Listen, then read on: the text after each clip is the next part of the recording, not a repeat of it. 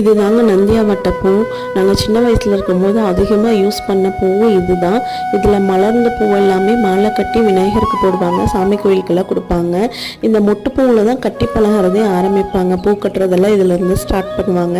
And இதை நெருக்கமாக கோர்த்து தலையில் வச்சோம்னா அவ்வளோ அழகாக இருக்குங்க.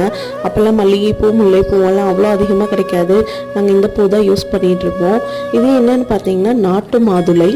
இப்போ என்னதான் ஹைப்ரிட் மாதுளை நல்ல பிங்கிஷ் ரெட் கலரில் இருந்தாலும் இந்த மாதுளையோட சத்துக்கு அது ஈடாகாதுங்க. இது கொஞ்சம் துவர்ப்பு இனிப்பு கலந்த சுவையில் இருக்கும். அண்ட் இப்போ காமனாக பார்த்தீங்கன்னா சுகர் பேஷண்ட்ஸ் அதிகமாக இருக்காங்களா, அவங்களுக்கு இது ரொம்ப நல்லது. இந்த நாட்டு மாதுளை பார்த்துருக்கீங்களான்னு சொல்லுங்கள். அண்ட் உங்கள் வீட்டில் யாராச்சும் இந்த மாதிரி சுகர் பேஷண்ட் இருந்தால் இதை ஷேர் பண்ணுங்கள். இதோட துவர்ப்பு சுவை டைஜஸ்டிவ் சிஸ்டமை நல்லா இம்ப்ரூவ் பண்ணும்.